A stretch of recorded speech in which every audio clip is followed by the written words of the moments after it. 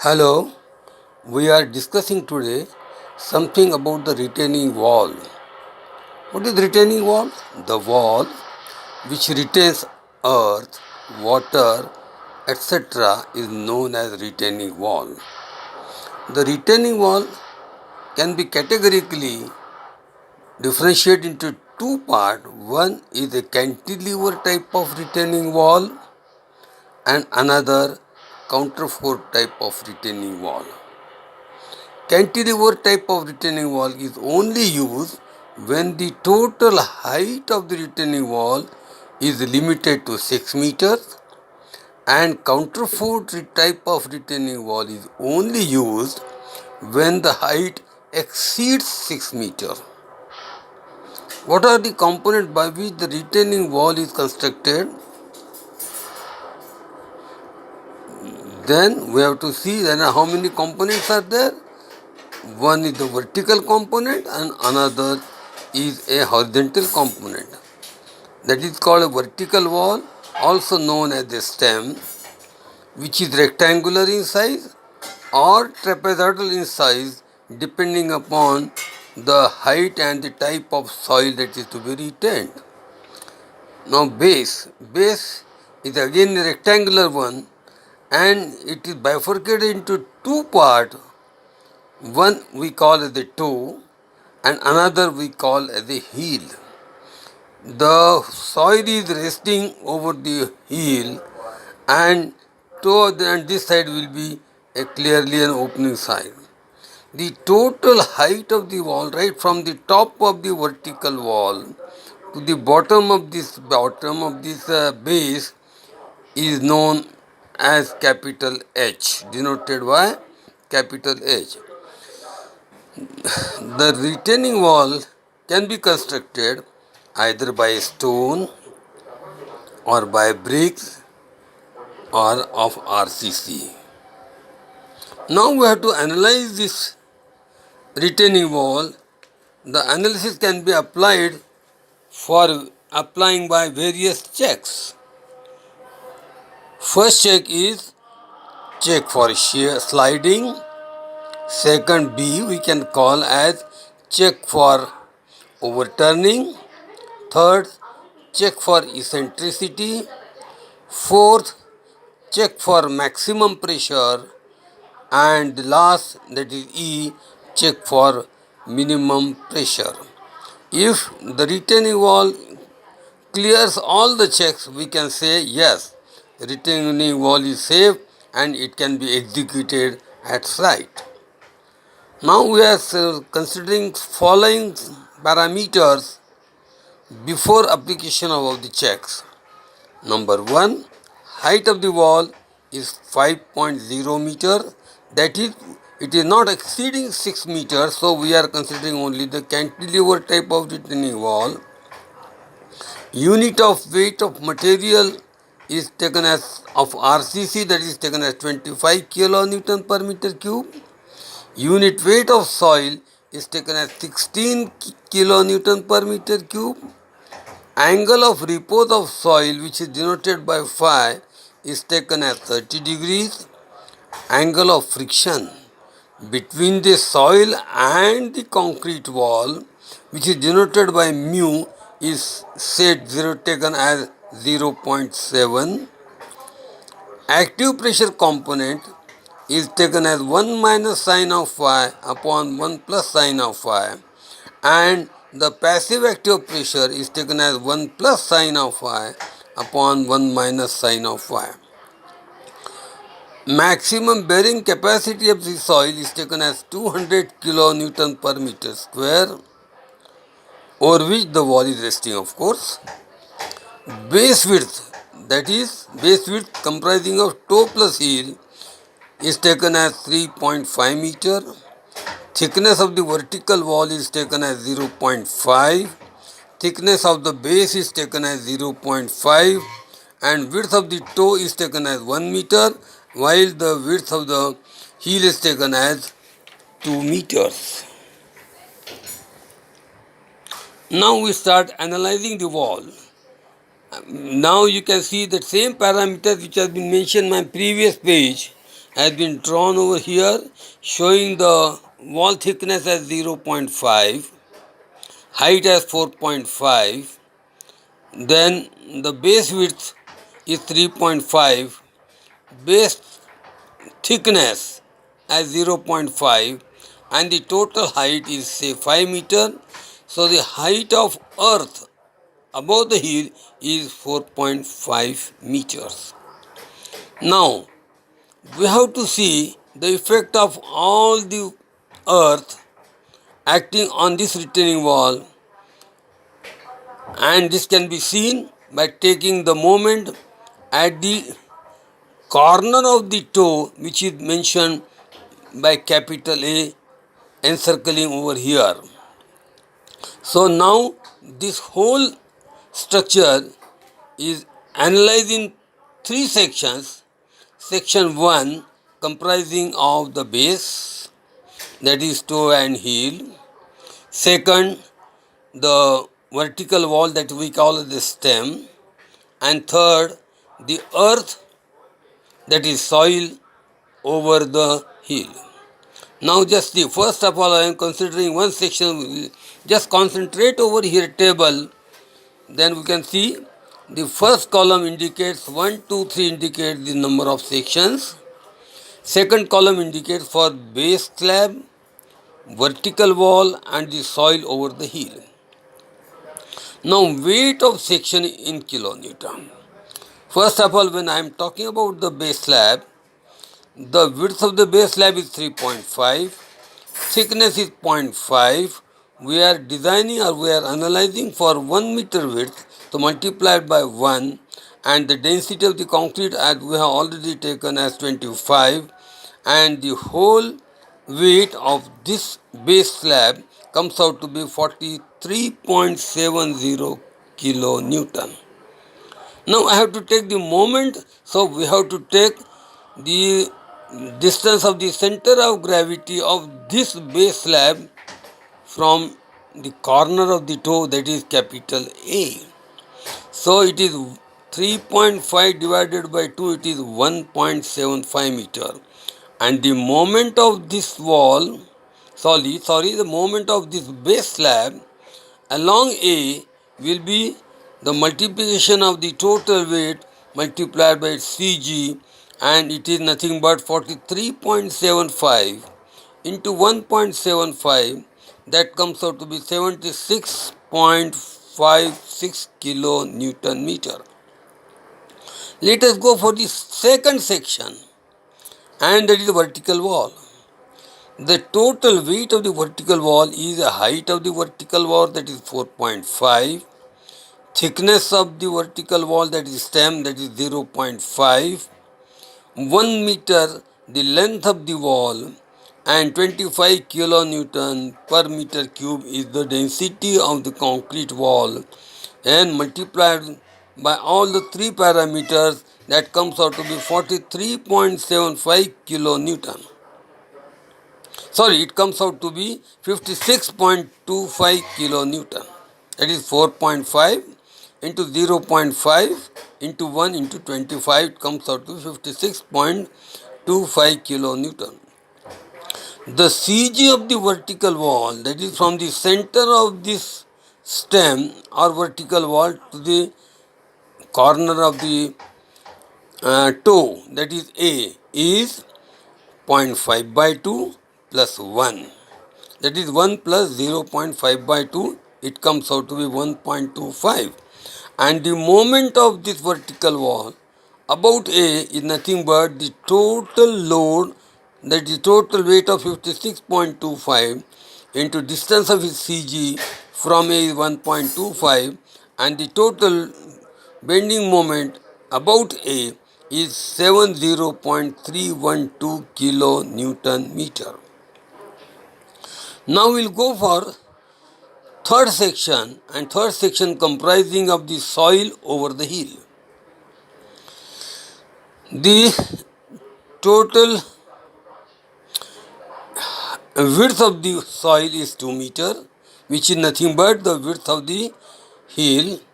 The total earth over the hill up to the top of the wall is 4.5 and multiplied by the length of the earth and the density of the earth or soil. So it is 2 into 4.5 is the height multiplied by the density of the soil multiplied by the 1 meter length of the earth. So that comes out to be 144 kilonewton. The center of gravity of this soil over the hill can be very easily calculated as 2 by 2 plus zero point 0.5 plus 1.0. That is the width of the width of the toe, width of the stem or vertical wall plus half the width of the heel, and it is nothing but it is just equal to 2.5 meter. The moment of this earth about A is nothing but the multiplication of 144 with 2.5, and it comes out to be 360 kilonewton meter. If we add the column number 3 and we can find out the total load acting downward, it comes out to be 244 kilonewton. That is summation of earth, stem and base. Similarly, moment of all the three components when added together, the total moment comes out to be 506.872 kilonewton meter. This force sigma W is also known as the stabilizing force, and this moment is also known as stabilizing moment. Now we have to calculate the horizontal force applied by earth. Now you can see, just go on to the figure shown over here. We show that at the base the total force acting will be nothing but W into H, and W of a earth is given as 16. 16 into 5 will be the total earth pressure at the base, that you can see from here. That is, height is 5 meter, base will be 16 into 5, that is 80. Now the total force is nothing but area of this triangle is equal to half, base is 80, multiplied by height is 5, multiplied by the horizontal component of an active pressure, which is taken as 1 minus sine of phi upon 1 plus sine of phi. Considering phi at 30 degree, so it comes out to be 1 minus sine of phi upon 1 plus sine of phi comes out to be 1 by 3.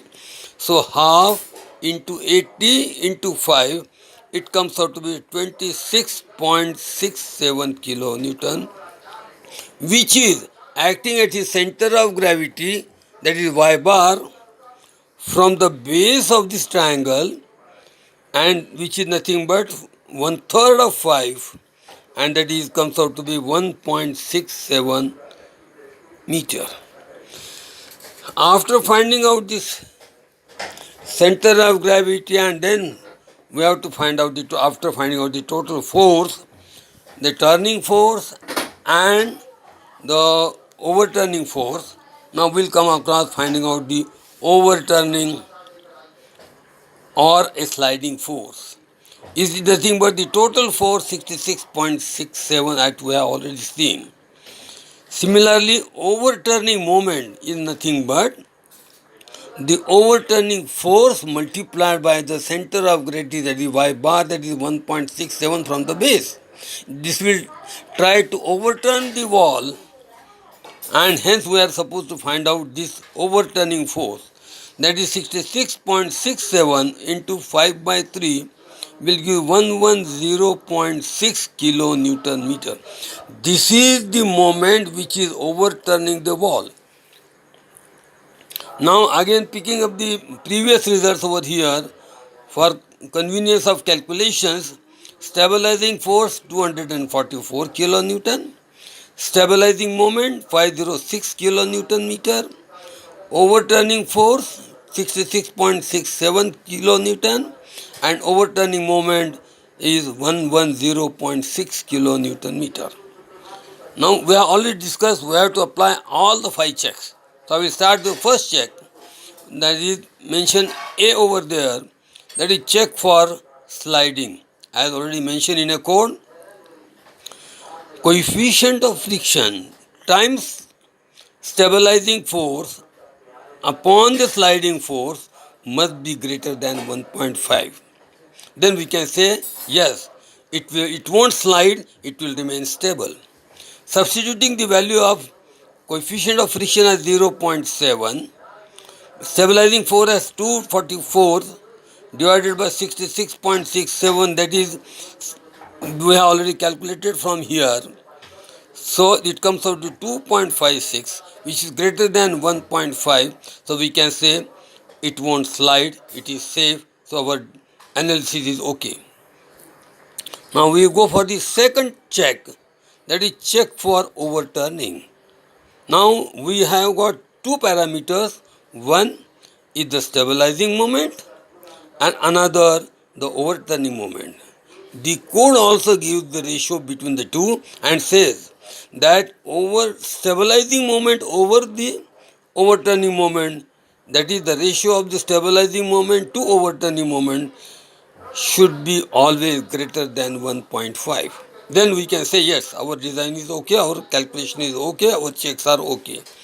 Now we know that the stabilizing moment is 506 kilonewton meter, and overturning moment, at we have already seen over here, it comes to 110 kilonewton meter. The ratio of the two comes out to 4.57, which is greater than 1.5. So we can say it won't overturn. So our design analysis for this retaining, for the second analysis check is safe. Now we'll go for third, that is check for eccentricity. Eccentricity can be calculated by using the formula sigma m upon sigma w minus b by 2. And the code says under any circumstances this eccentricity should always be less than 1/6 of the width of a base. Then we can say yes, our design is okay. Now just to calculate the eccentricity, now we know sigma m upon sigma w minus b by 2. Sigma m is 506, that we have already seen over here. Sigma w is nothing but 244, and width of this base at 3.5, that is 3.5 by 2, it comes out to be 0.32. Substituting the value over here, which is less than b by 6. B is nothing but the width of the base, 6.58. So 0.32 is less than 0.58. So we can say our third check is also okay. Now we will go for the fourth check, and this fourth check is based on the pressure. That is the maximum check for the maximum pressure. As per the code, the maximum pressure should not be greater than the bearing capacity of the soil, which is given in kilonewton per meter square. In our case, we have taken the bearing capacity of the soil as 200 kilonewton per meter square, and that's why the code says that the maximum pressure should less than the bearing capacity of soil. How to calculate the maximum pressure? The P maximum can be calculated sigma W upon B into bracket 1 plus 6 E upon B, where sigma W is nothing but it is 244 and B is nothing but 6